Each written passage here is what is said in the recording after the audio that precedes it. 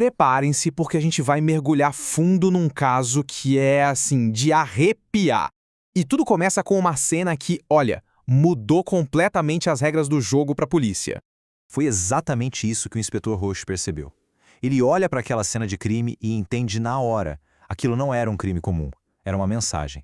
Uma peça de teatro macabra montada só para eles, os investigadores. Então, vamos lá. Imagina uma clareira no meio da floresta. Um lugar que deveria ser tranquilo, sabe? Mas é ali que uma descoberta horrível transforma o que eram só casos de desaparecimento na caçada a um tipo de predador que ninguém nunca tinha visto antes.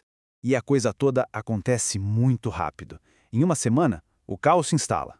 1, 2, 3, 5 meninas. Desaparecem. De lugares diferentes, sem conexão aparente, uma busca gigantesca começa. Mas nada. É como se elas tivessem evaporado no ar. 17 dias. 17 dias de angústia e nenhuma pista. Até que a polícia encontra essa clareira. E no meio dela, um círculo de covas. Pequenas, perfeitamente alinhadas. Ali, todo mundo já sabia. A esperança tinha acabado.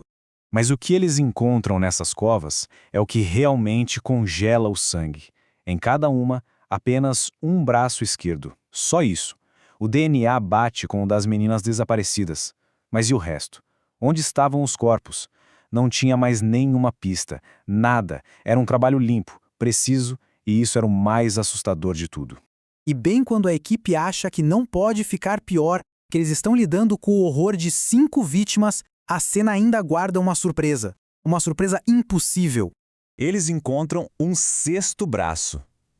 Peraí, 6º? Mas eram 5 meninas desaparecidas? Quem era essa 6ª vítima? Ninguém tinha dado queixa, não tinha registro. Era um fantasma. O mistério só aumentava. Ok, com um quebra-cabeça desses na mão, a polícia entende que não dá para seguir o manual. Para pegar essa pessoa, eles precisavam entrar na cabeça dela. Começa aí a tentativa de traçar o perfil desse assassino. E a teoria que surge é de arrepiar. Eles não estavam atrás de um assassino comum. Estavam atrás de um aliciador. Sabe o que é isso? É alguém que não suja as próprias mãos. É um manipulador tão bom, mas tão bom, que consegue despertar o que há de pior nas outras pessoas e fazer com que elas cometam os crimes por ele. É aí que entra o criminologista Goran Gavila. Para ele, o criminoso é um ilusionista, um mestre da distração. Ele não quer que sintam pena das vítimas, ele quer que sintam medo. O espetáculo todo é sobre isso: poder e medo. E o Gavila tem um método bem interessante. Ele diz, para pegar o monstro, a gente precisa lembrar que ele é uma pessoa, porque pessoas têm fraquezas, têm um ego, cometem erros. Então, para humanizá-lo, para torná-lo real, eles dão um nome a ele, Albert. E então, parece que a estratégia funciona. Surge a primeira grande pista, uma daquelas que faz todo mundo na sala de investigação respirar aliviado. Mas, lembra do ilusionista? Pois é, era só mais um truque. Acontece que o corpo de Debbie Gordon, a primeira menina, aparece a 600 quilômetros de distância no porta-malas de um carro. E o dono do carro? Um vendedor de 40 anos, um cara normal, ficha limpa, vida pacata, o vizinho que ninguém desconfiaria. O nome dele era Alexander Berman. Ele é preso. E por um momento, a sensação é de alívio. Pronto, Albert tem um rosto. Mas será mesmo? A verdade, como sempre nesse caso, é bem mais complicada. Porque antes que pudessem arrancar qualquer coisa dele no interrogatório, Alexander Berman se mata na cela, de forma brutal. E com ele vão embora as respostas. Ou pelo menos, era o que parecia. Analisando tudo, a equipe chega a uma conclusão terrível. Berman não era o mestre. Ele era só mais uma peça no tabuleiro do aliciador. Um peão. E a investigação? Bom, a investigação volta para o ponto de partida. Com o caso num beco sem saída, eles precisam de um olhar de fora. De alguém com uma habilidade diferente. Alguém que consiga enxergar o que ninguém mais vê. E é aí que eles chamam uma ajuda especializada. O nome dela é Mila Vasquez. A especialidade dela, casos de desaparecidos. Ela é a melhor nisso. Ela encontra gente que o mundo esqueceu. E a missão dela aqui é uma só: descobrir a identidade da 6ª vítima, a garota fantasma. A esperança da equipe agora está toda nela.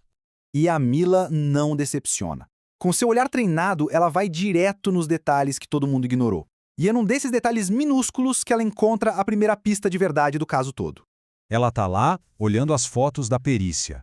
o braço da primeira vítima, Debbie Gordon, e o braço da vítima desconhecida, a número 6. E então ela vê uma coisinha minúscula, quase invisível na ponta do dedo indicador de ambas, um pontinho vermelho. E aquilo ela reconhece na hora. Não de um manual da polícia, mas da própria infância. É a marca de um pacto de sangue. Sabe, aquela coisa que crianças fazem, furam o dedo com um alfinete para selar uma amizade, para se tornarem irmãs de sangue. E aí, tudo se encaixa.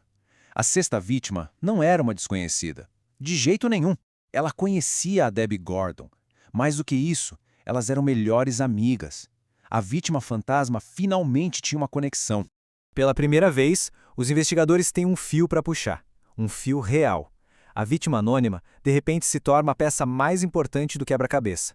A pergunta agora é: até onde esse fio vai levar a equipe na caçada pelo ilusionista que eles chamam de Albert?